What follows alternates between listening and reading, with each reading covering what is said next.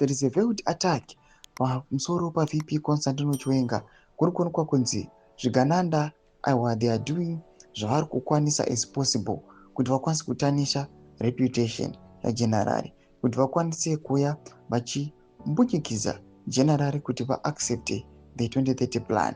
Chokwadi chinyatsobuda pachena kuti VP Constantino Chiwenga anyatsokusara ari the obstacle, anyatsokuonekwa kunzi he is the hindrance to their success mukuatena vision 2030. Tsanapita mashoko aiwa warning iri kuchipiwa aiwa mamembers aiwa vantu vanhu vanosupporta general vari against 2030 not vasubscribe or like on the bell icon.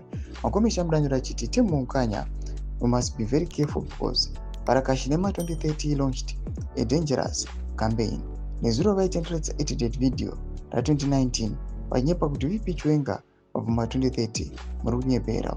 Ukatarisa clip riya uchaona kuti munhu wese ane mask kureva kuti it's during covid and amwe mashoko ukateerera akaitwa edited neother news. Varakashi vari kuzamawo mwanonzi Dr. Mavaza nhasi vari kuti Dr. Mavaza vabvuma 2030 apa vari kushandisa audio yeumwe mukadzi aitotaurawo zvisinei nedebate raiitwa.